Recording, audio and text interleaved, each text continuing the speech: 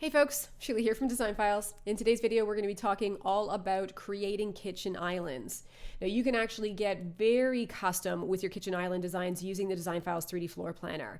And the way that you would build out these kitchen islands is basically by utilizing the base cabinet in the kitchen cabinet library and the custom object builder.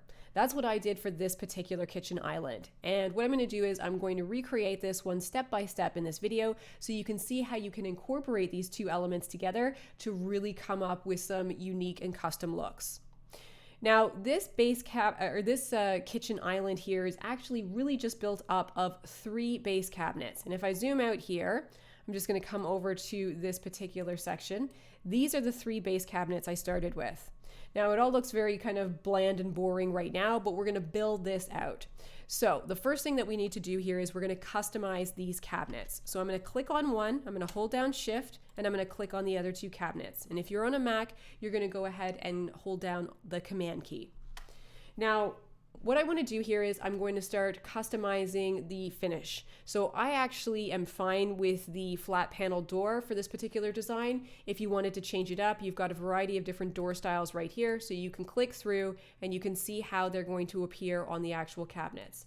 I'm going to go ahead and leave mine as the basic one.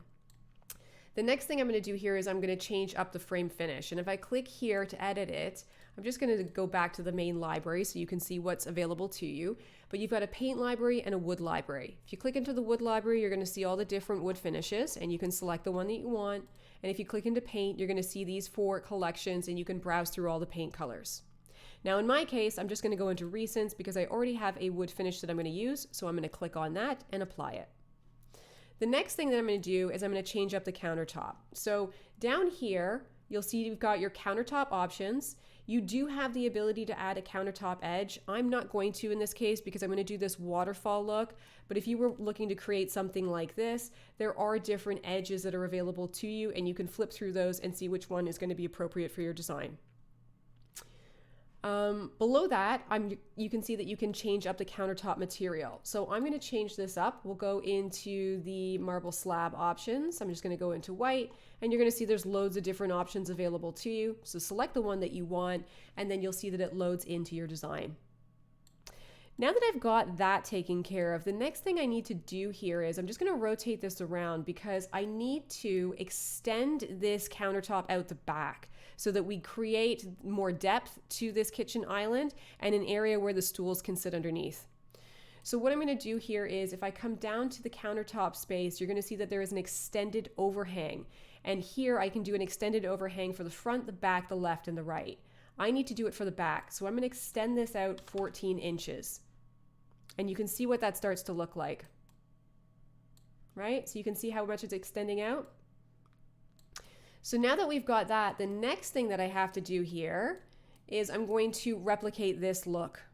So I need to create custom objects that are going to be this marble side and also the wood framing that's going to go underneath all of the countertop and along the side here. So what we'll do is, I'm just going to zoom out a little bit so you can see what I'm doing here. I'm going to now go into the custom objects. I'm going to take this box shape, so I'll click on that and I'm going to bring it out. Now for the box shape, the first thing I'm going to do here is I'm going to create the waterfall marble countertop that's going to come down the side here. So I need to change the size of this. Over here on the right hand side, you can see that you can change the size of the structure. So the width is going to be 1¼ inches for me. The overall depth is going to be 40.5, and for the height, I'm just going to make it maybe 35. Well, the countertop is at 36 total, so I'm going to do 35 3/4. I want it to just come right up, but slightly underneath the main countertop here, so it's not popping up through. So now that I've got my measurements in place, the next thing that I need to do here is I'm going to change up the structural material. I need it to match the countertop. So I'll edit this. I'm going to go into recents and I'll select that same marble finish. Now I could switch into the floor plan mode here and just zoom right in.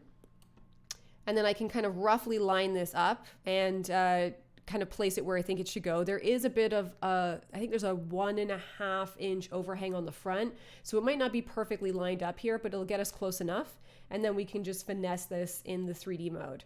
So I can see that I'm almost there. I'm just going to click on this and I'm going to use the left right arrows to just slide it back into place here. And then what I'll do is I'll use this front arrow here to just slide it forward, just to tuck it right in so I get a nice clean edge, just like that. So now that I've got this piece in place, I'm going to duplicate this. I'm going to bring it over here. Again, I'll go into the floor plan mode just to kind of get it roughly in place here.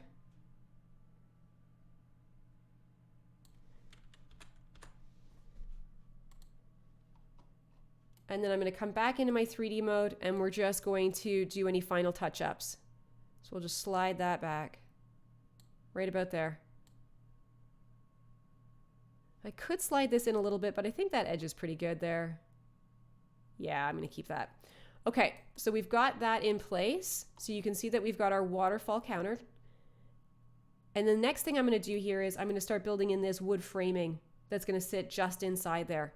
So again, I'm going to go to the custom objects. I'm going to take the box option. I'm going to place it in my floor plan. And then what I'll do is I'll create the piece that's going to go up here and down here, and then we'll do the part for the top. So for this particular piece, I'm actually going to make it 3 inches wide. Again, this is just personal preference. I just like the thickness of this. So we're going to go ahead and we're going to make the depth 14 inches because that's how much I extended the countertop out from the base cabinet. And then for the height, I'm going to make this 34.5 inches because I want it to come and basically slide right underneath the countertop. And the base cabinets are 34.5 inches, and then they have a countertop that's an extra 1.5 inches on top. So for the material, I do need to change this up again. I want to make it the same wood finish. And then again, I'm going to go into the floor plan mode. I just want to zoom right in here and get this placed. And then I'm going to duplicate it, slide it over, place it. We'll go into the 3D perspective mode and you can see what that starts to look like. So it's literally just creating these box shapes so that I can build out these structures. Now the last piece that I need is this one right here that's going to go across the top. So I'm going to again bring out another box shape. This one is going to be 93 inches wide. So I know that my base cabinets are all 33 inches. So I have 3 of them. So that's 99 inches. But then I created the inner shapes here for the wood. That's 3 inches and 3 inches. So I lost 6 inches. So this one's going to have to be 93 inches wide to fill that gap. I'm going to do the depth at 12 inches again, or sorry, at 14 inches. And the overall height is going to be 3. I want it to match the same thickness as this wood framing in here. The next thing I need to do is change up the material. So I'll go into recents again, pick that same wood finish. And here I can see the wood grain is going in the wrong direction. So I'm going to come down here to the texture rotation and I'm going to say 90 degrees here so that I can get the wood grain going in the correct position. I'll go into the floor plan mode again just because I find it easier to place things. So we're going to slide this in. I'm just going to zoom right in so you can see what I'm up to.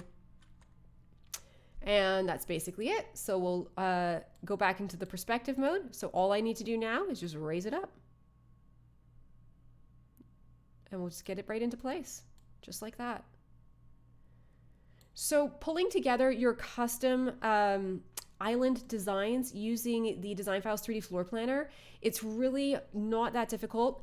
All you're basically going to be doing is using the base cabinets to get your base structure in place. So you have all your doors and your drawers. You can absolutely customize the hardware with different styles, different finishes.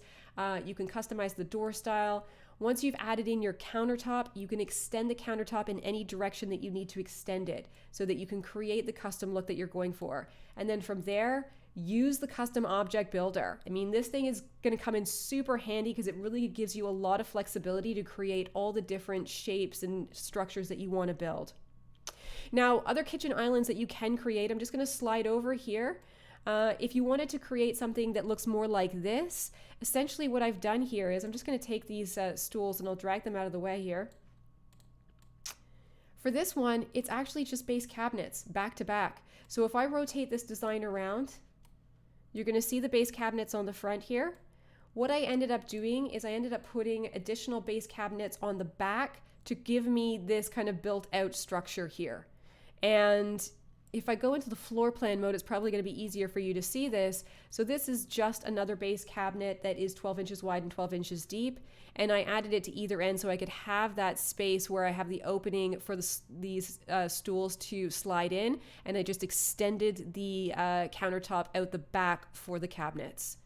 So you can absolutely create your kitchen islands using just the base cabinets. You can combine base cabinets and your custom structures to create something a little bit more unique. The other thing that you can do is you can just use the custom structures, and you can create basic shapes for any type of unique kitchen islands that you want to build and just apply different finishes. So I hope you found this helpful. If you do have any questions whatsoever when it comes to building out kitchen islands in your 3D designs, feel free to reach out to us on the live chat. We're always happy to help. Thanks for watching.